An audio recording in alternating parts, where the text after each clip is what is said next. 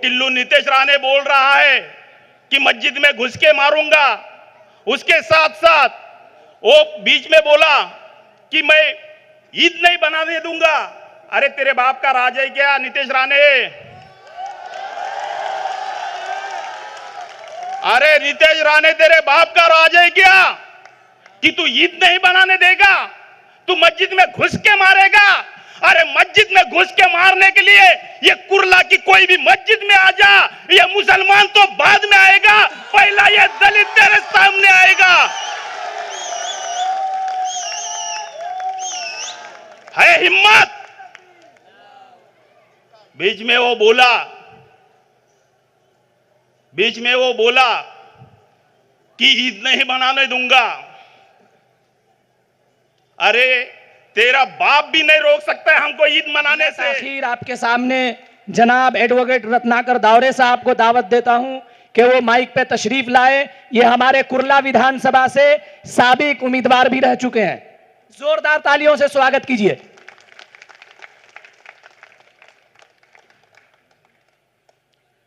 विश्वाला शांतीचा संदेश देणारे महाकारुणी तथागत गौतम बुद्ध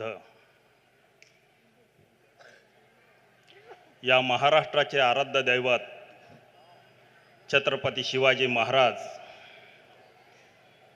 या देशाचे पहिले समाज सुधारक महात्मा ज्योतिबा फुले,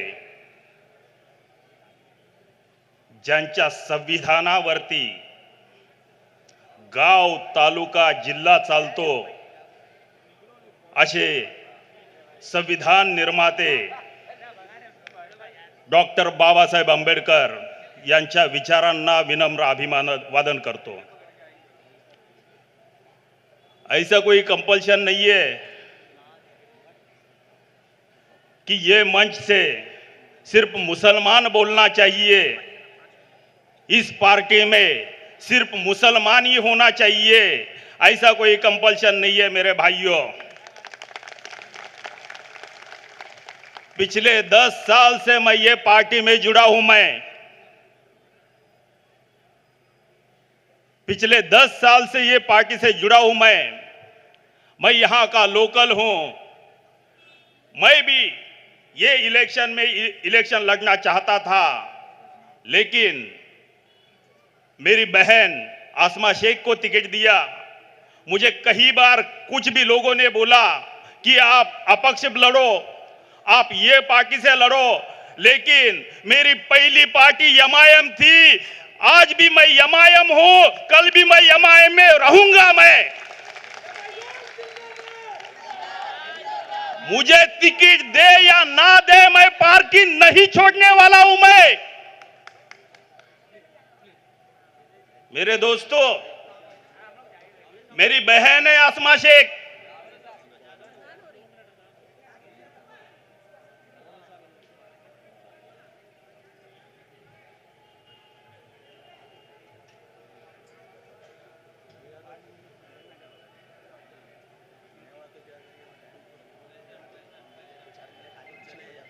एक्चुअल में ना 2-3 लोग बाकी है और बोल रहे आ रहे हैं बस।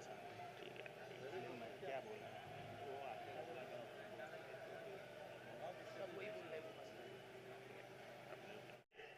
जो एकनाथ शिंदे की शिवसेना है, उनसे मंगेश कुडाळकर साहब लड़ रहे हैं। ये दोनों भी एक ही सिक्के के दो पहलू है, क्योंकि ये दोनों ने मिलके जो कुरैशी नगर का रास्ता है, तभी ये दोनों एक ही थे। एक आमदार था, एक नगर सेवक था, दोनों ने मिलके कुरैशी नगर का रास्ता रोका था। लेकिन मैं आपको वादा करता हूं, आसमा मैडम, जिस दिन आप एमएलए बनेगी, उसी दिन मैं पहला हथौड़ा लेके वो दीवार तोड़ूंगा मैं, और कुरैशी नगर के लिए रास्ता पूरा खुला कर दूंगा मैं। अगर मेरे ऊपर केस करना है तो कर सकते हो। मैं केस को डरता नहीं, क्योंकि मैं वकील हूं। मुझे पता है कौन से कलम लगते हैं, क्या केस होती है, ये सब मुझे पता है। यहाँ पे जितने भी पुलिस वाले हैं, बहुत सारे पुलिस वाले मुझे पहचानते हैं। देखो, बहुत सीरियस मामला है। क्योंकि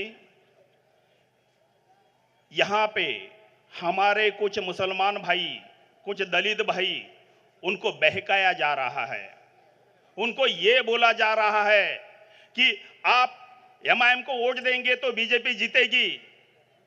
लेकिन आज तक मैं ये कहना चाहता हूं कि उद्धव ठाकरे साहब या संजय राउत साहब, आपने उनको देखा रहेगा, आज तक उन्होंने कभी बोला है कि मैं सेक्युलर हूं? वो कभी नहीं बोलते कि हम लोग सेक्युलर है। उनको जब सवाल पूछते हैं तो वो बोलते हैं कि हमारा हिंदुत्व अलग है। अरे कैसा हिंदुत्व अलग होता है? हिंदुत्व तो एक ही होता है ना। क्या हमको गुमराह करने की कोशिश कर रही है ये कुर्ला ने? इस कुर्ला विधानसभा ने वर्षा गायकवाड़ को जीत के दिया, वर्षा गायकवाड़ को एमपी बनाया। सब मुसलमानों ने भर भर के वोट दिए और इसीलिए वर्षाताई गायकवाड़ आज एमपी बनी है। मैं वर्षाताई गायकवाड़ को बोलना चाहता हूं,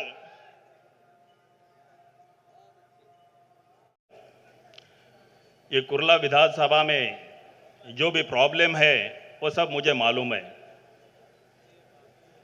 हमारी लड़ाई एक तो धनुष्य बाण के खिलाफ है और दूसरी लड़ाई मशाल के खिलाफ है। यहां पे दोनों शिवसेना के खिलाफ हमारी लड़ाई है। शिवसेना, दोनों शिवसेना के नेता कौन है आपको पता है?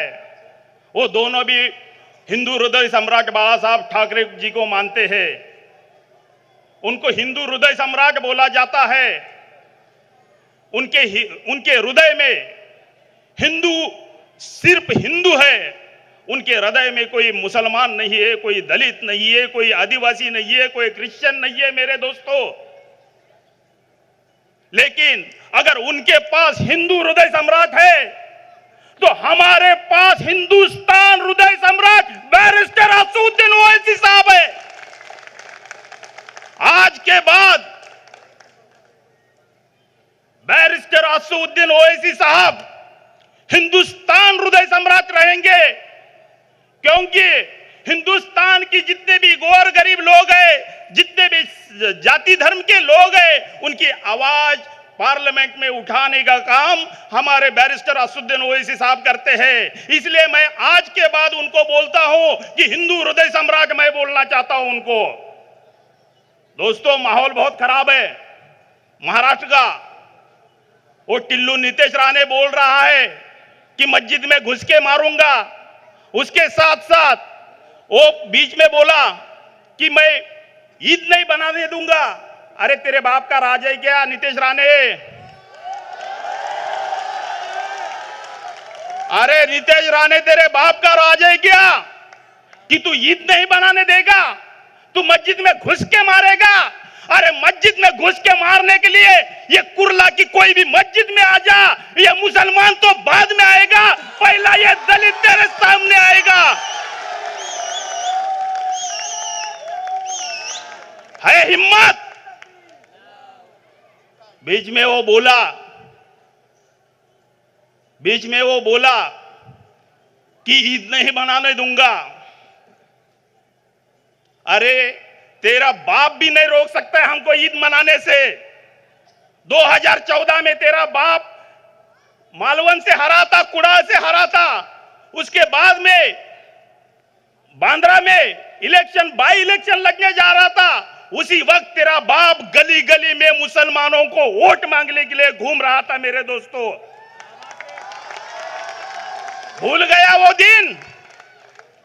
भूल गया वो दिन? उस वक्त नवाब मलिक साहब को हाथ जोड़ रहा था। जितने भी दलित नेता है, मुसलमान नेता है, उसको हाथ जोड़ रहा था। आज बीजेपी में गया तो बहुत जबान चलने लगी है तेरी।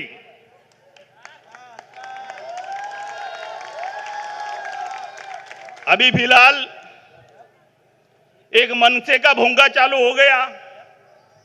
वो बोल रहा है अगर मेरी सरकार आएगी तो एक दिन में भोंगा हटा दूंगा, मस्जिद में जितने भी भोंगे हैं वो हटा दूंगा। अरे तेरी सरकार क्या, तू पीएम बनने के बाद भी मस्जिद के भोंगे तो हटा नहीं सकता है हिम्मत?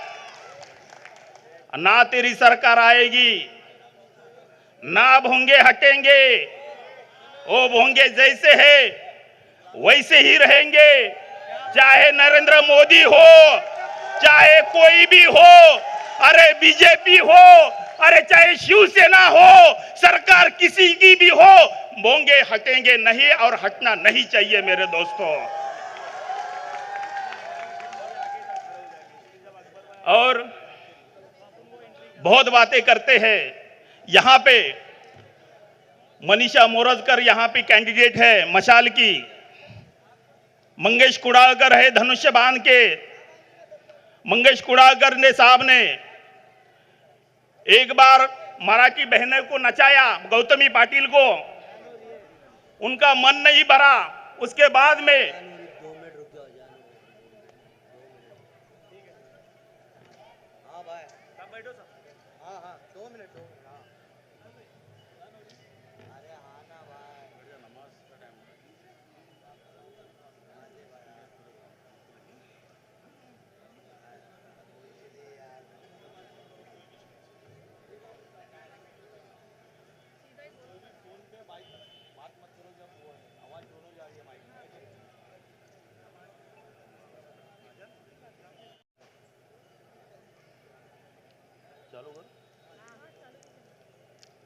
मैंने मेरा स्पीच 3 बार रोका। मैं रिस्पेक्ट करता हूं, मुस्लिम धर्म का रिस्पेक्ट करता हूं, इसलिए 3 बार मैंने मेरा स्पीच रोका। मैं मुस्लिम धर्म का रिस्पेक्ट इसलिए करता हूं कि वो मेरे धर्म का रिस्पेक्ट करते हैं, इसलिए मैं मुस्लिम धर्म का रिस्पेक्ट करता हूं। मैं वर्षाताई गायकवाड़ की बात कर रहा था। मैं ये मंच से वर्षाताई गायकवाड़ को बोलना चाहता हूं, वर्षाताई गायकवाड़, आप कुर्ला में इंटरफेयर मत करो। अगर कुर्ला में आप इंटरफेयर करोगी तो फिर नेक्स्ट टाइम आप एमपी के एमएलए भी नहीं बनोगी। आप बनिए ना एमपी, ये सब मुसलमानों की वजह से एमपी बनी हो। मुझे मालूम है, मेरे पास सब कुछ काउंटिंग है। जितने भी मुसलमान हैं उन्होंने आपको भर भर के वोट दिए हैं, इसीलिए आप एमपी बनी है। आज आप हमारा खाना खराब मत करो, हमारे बीच में मत आओ। ये दोनों भी पॉलिटिकल पार्टियां, दोनों भी शिवसेना, ये से कोई सेक्युलर पार्टी नहीं है। ये उद्धव ठाकरे कोई सेक्युलर नहीं है, वो जो संजय राउत कोई सेक्युलर नहीं है। संजय राउत के बारे में मैं बोलना चाहता हूं कि संजय राउत को कोई पत्रकार सवाल पूछता है तो सवाल का जवाब कम देते हैं, लेकिन उनकी मुंडी ऐसी हिलती है, ऐसी हिलती है, ऐसी हिलती है, ऐसी हिलती है, उनकी खाली मुंडी हिलती है। वो सुबह का 9 बजे का भोंगा है, संजय राउत साहब का भोंगा चालू होता है। आप हर दिन 9 बजे टीवी खोल के देखो, चैनल खोल के देखो, उनका भोंगा चालू रहता है। कुछ भी अनाम शनाम बोलना चालू कर देता है। मैं वर्षा गायकवाड़ को ये बोलना चाहता हूं कि कुर्ला में आप इंटरफेयर मत करो, कुर्ला में आप मत आओ। हमारी पार्टी ने गलती की है कि मैं पार्टी को मैं बोलना चाहता था कि आप धारावी में एमएलए लड़ाओ, क्योंकि धारावी में अगर एमएलए हम लोग लड़ते थे तो वर्षा गायकवाड़ यहां पे आती नहीं थी। मेरे दोस्तों, हमने आपको सपोर्ट किया ना वहां पे, वर्षाताई, हमने आपको सपोर्ट किया है वहां पे। हमने कैंडिडेट नहीं दिए आपके लिए, आप यहां पे मत आओ। मैं आज भी आपको वार्निंग दे रहा हूं वर्षा गायकवाड़ ताई,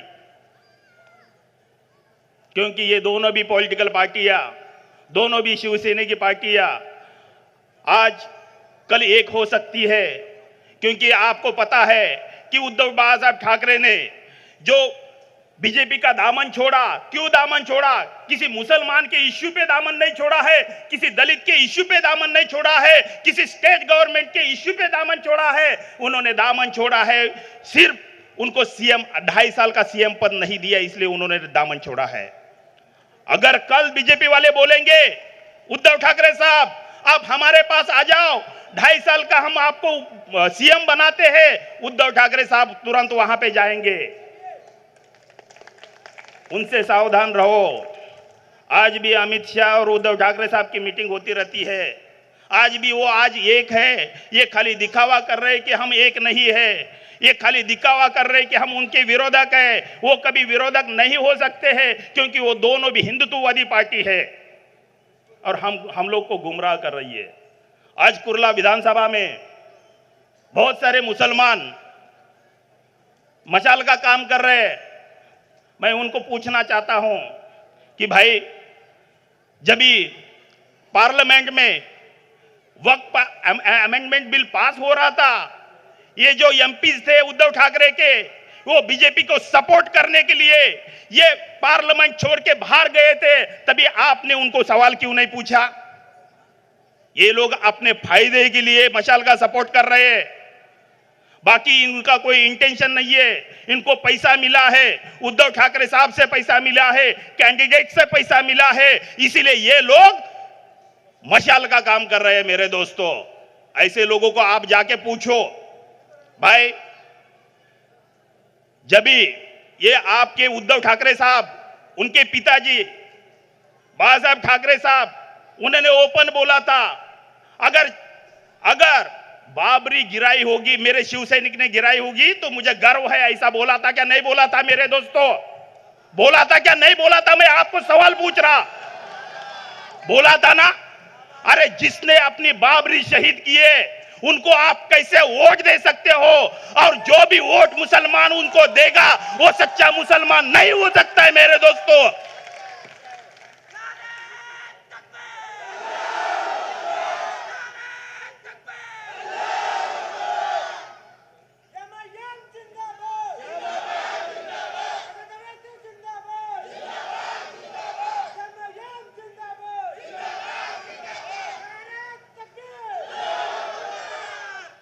हमारे यहां पे 167 वार्ड है, 168 वार्ड है, 170 वार्ड है, 171 वार्ड है। यहां पे जितने भी नगर सेवक लगना चाहते हैं, सुन लो मेरी बात, सुन लो मेरी बात। अगर आप अभी मशाल को साथ देंगे तो आपको कारपोरेटर नहीं बनने देंगे हम लोग। जितने भी लगना चाहते हैं ये सोच लो, अगर आप मशाल या धनुष्य बाण को आप सपोर्ट करेंगे तो पूरा मुसलमान आपके खिलाफ जाएगा और आप नगर सेवक नहीं बन सकते। मेरे दोस्तों,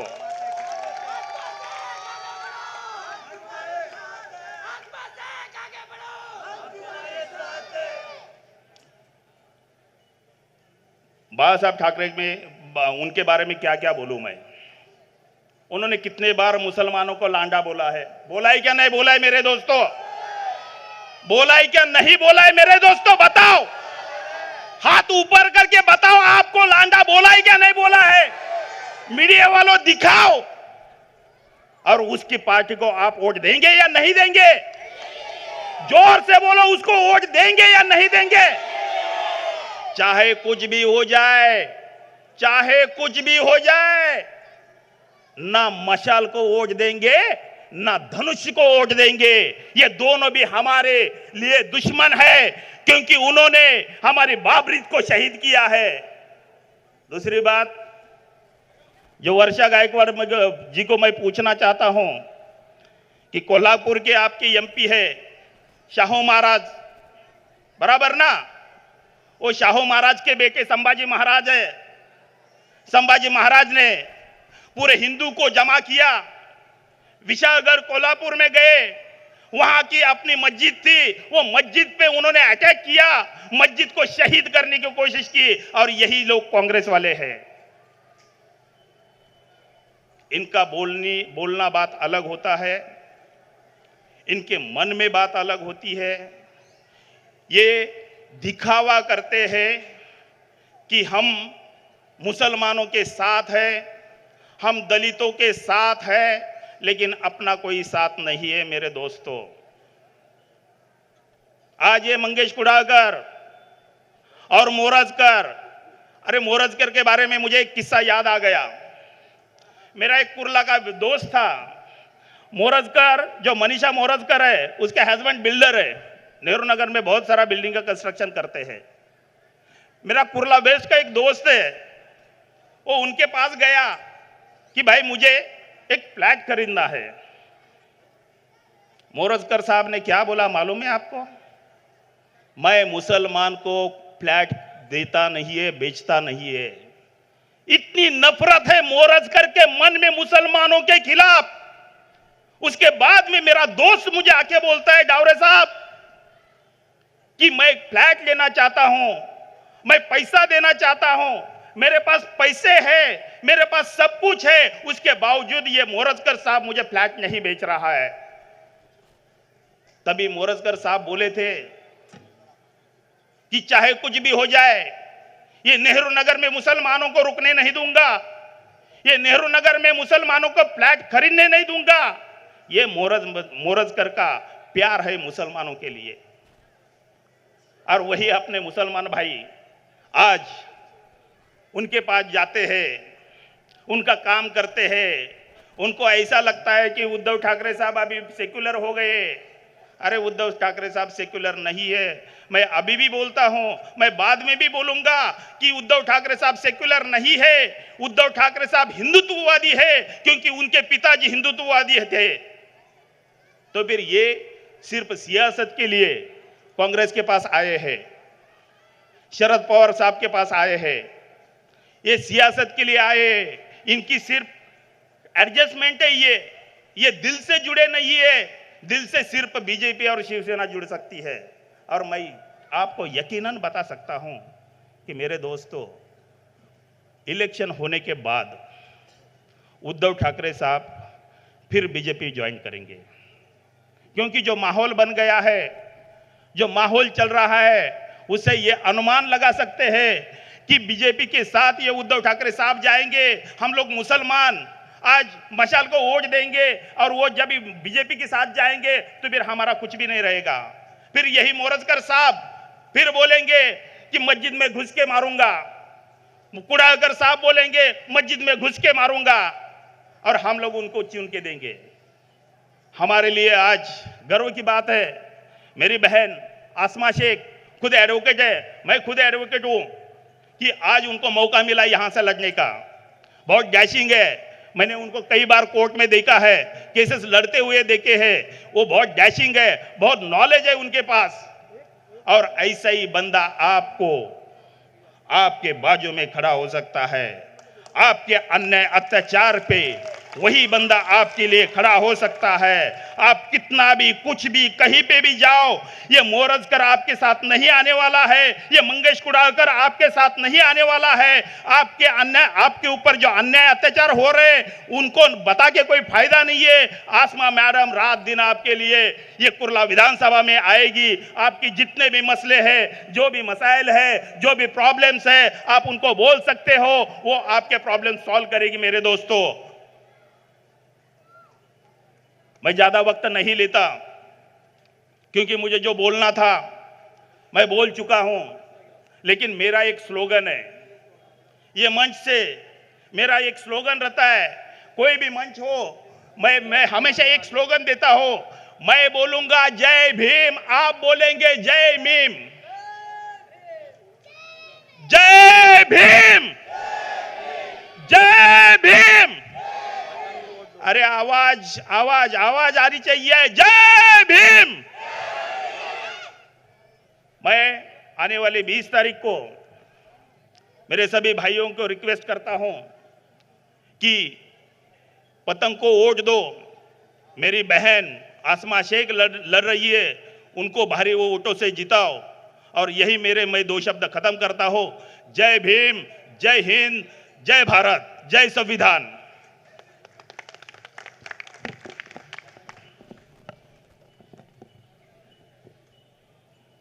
बहुत जल्द आपके बीच जनाब हबीब मिल्लत जनाब अकबरुद्दीन ओवैसी साहब तशरीफ ला रहे हैं। उससे पहले मैं हमारे मुंबई मजलिस के कदावर लीडर जनाब